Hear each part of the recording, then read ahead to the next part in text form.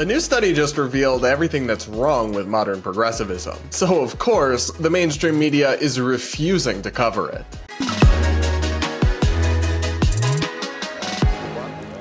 Got a bombshell story about a new study on diversity education efforts, DEI, diversity, equity, and inclusion, and some of the teachings of the most prominent anti-racist activists like Robin DiAngelo and Ibram X. Kendi that totally undercuts the progressive worldview and vision for this kind of advocacy, but is being glaringly ignored by news outlets like the New York Times and Bloomberg that usually cover this kind of research. I wonder why. For more on this story, we're going to check out Reality's Last Stand, the excellent publication by friend of the show and evolutionary biologist Colin Wright, which I will link to and again encourage you to subscribe to in the description. In his report on this news, he asks, why was this groundbreaking study on DEI silenced, noting that two leading media organizations abruptly shelved coverage of a groundbreaking study that went against their narrative. Now, once you learn more about this study, it'll become pretty clear why these liberal-leaning media outlets chose not to cover it this time around, even though they usually cover research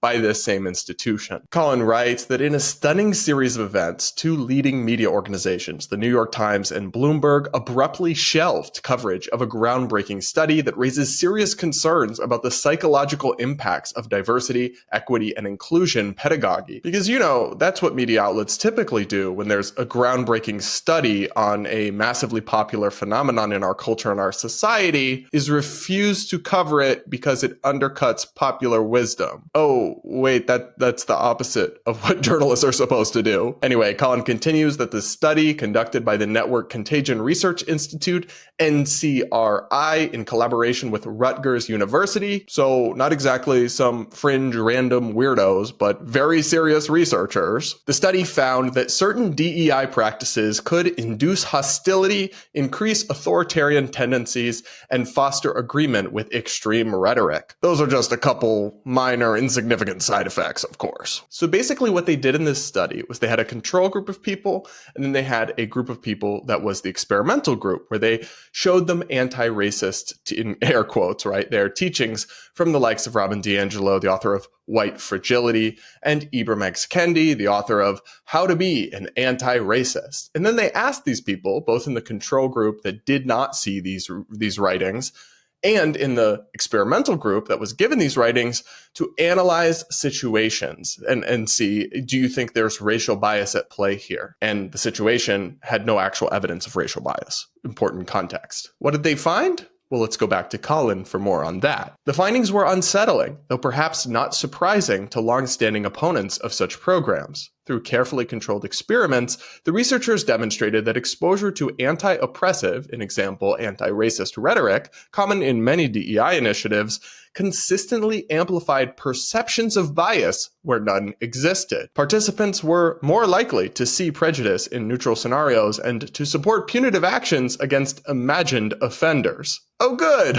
What could possibly go wrong with that kind of result? To be clear, this is the kind of thing a lot of us have suggested about DEI trainings and hypersensitivity stuff like microaggressions or teaching about everything through the lens of identity, that it goes far beyond eliminating actual discrimination or racism or teaching equality, all things I think all decent people support, and instead hyperfixates on identity and makes people look at everything through the prism of class, race, sex, etc., and then they start to see victimhood where none actually exists, or they start to see it in every corner from the shadows, and it just creates a toxic incentive structure and pushes these things to the forefront of people's minds instead of letting them fade into the background, which is what we all used to want. And I'm not surprised that that leads to increased division, increased hostility, increased perceptions of conflict where none actually exists. And the effects here, measured in this study, are not small. Colin reports the effects were not marginal. Hostility and punitive tendencies increased by double-digit percentages across multiple measures. Perhaps most troubling, the study revealed a chilling convergence with authoritarian attitudes, suggesting that such training is fostering not empathy, but coercion and control. This is my shocked face. Now, this is important for a couple reasons. One of which is that society collectively has invested billions and billions of dollars into DEI initiatives in everything from corporate America to higher education institutions to charities and nonprofits and even our own government. The Biden administration made it a top priority enacting an executive order immediately after taking office, enacting DEI principles at every level of the federal government. This is a massively influential thing that has taken root in much of our society, but at least based on this research, it appears to actually be something that can increase divisiveness, toxicity, and conflict, and also make people more sympathetic to authoritarian ideas. Maybe I'm the crazy one, but it seems like that's something people should know about, that this widely popular program to which we funneled billions of dollars could actually be counterproductive and harmful in some very meaningful ways. And another aspect of this that I find interesting is that in certain pockets of society today, you're really not even allowed to disagree with DEI. I mean, higher education institutions and colleges across the country have DEI mandates that some professors have to sign or agree to or pledge that they agree with DEI principles in order to even teach at the university. So it's like a litmus test for their employment that you can't even disagree with this ideology. And now we're confirming, I mean, most of us suspected this, us critics of the DEI movement have suspected this for some time, that it's actually a harmful ideology. Yet you're literally not allowed to disagree with it and exist in some segments of society today. That's a problem, both just on a fundamental level of academic freedom, but also on just pragmatic reasons of actually people should be allowed to disagree with something that's arguably harmful according to very serious research. And I want to talk a little bit more about the portion of this research where they looked at authoritarianism. In fact, in one passage, they even showed people the writings of Hitler with some of the words switched out and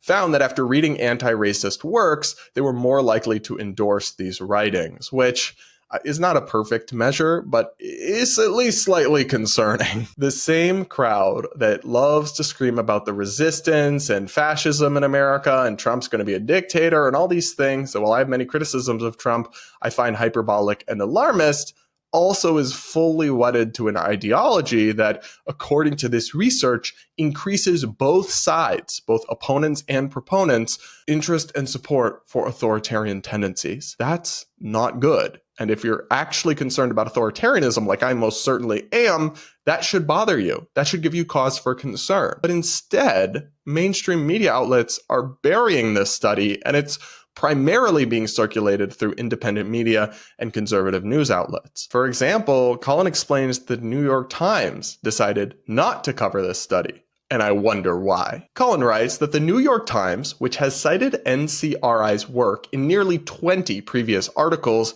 suddenly demanded that this particular research undergo peer review, a requirement that had never been imposed on the Institute's earlier findings, even on similarly sensitive topics like extremism or online hate. So that's an important context to note, that this study is not peer reviewed. Though, unfortunately, peer review has become kind of a joke. You can find lots of ridiculous nonsense that pass peer review. But sure, that's something you look for in a study that this research doesn't have.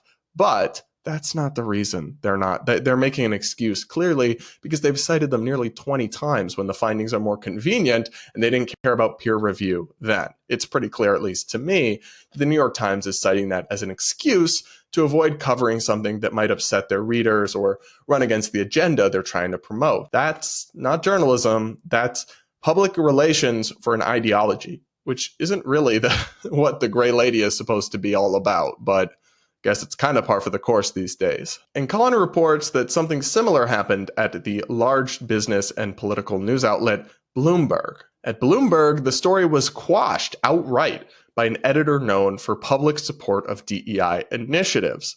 The editorial decisions were ostensibly justified as routine discretion, yet they align conspicuously with the ideological leanings of those involved. Are these major outlets succumbing to pressures to protect certain narratives at the expense of truth? Colin asks. Obviously, we don't know what's happening behind the scenes, and we can't reach into these people's brains and find their true motivations, but it seems pretty clear to me that that's most likely what's happening here. And to me, this story is just yet more proof of the ideological bias and rot that's so deeply set within mainstream media, and just the death of like the journalistic spirit and curiosity and shit stirring and muckraking that really used to define journalism. Even liberal people who were journalists would like to report a story that upsets people or contravenes a liberal dogma, because that's the kind of personality journalism used to attract, a shit stir, which maybe makes sense that I've ended up in this line of work. But now it's like these people are actually conformists who work in media, who just want to placate people and not ruffle anyone's feathers in their progressive crowd. And to me,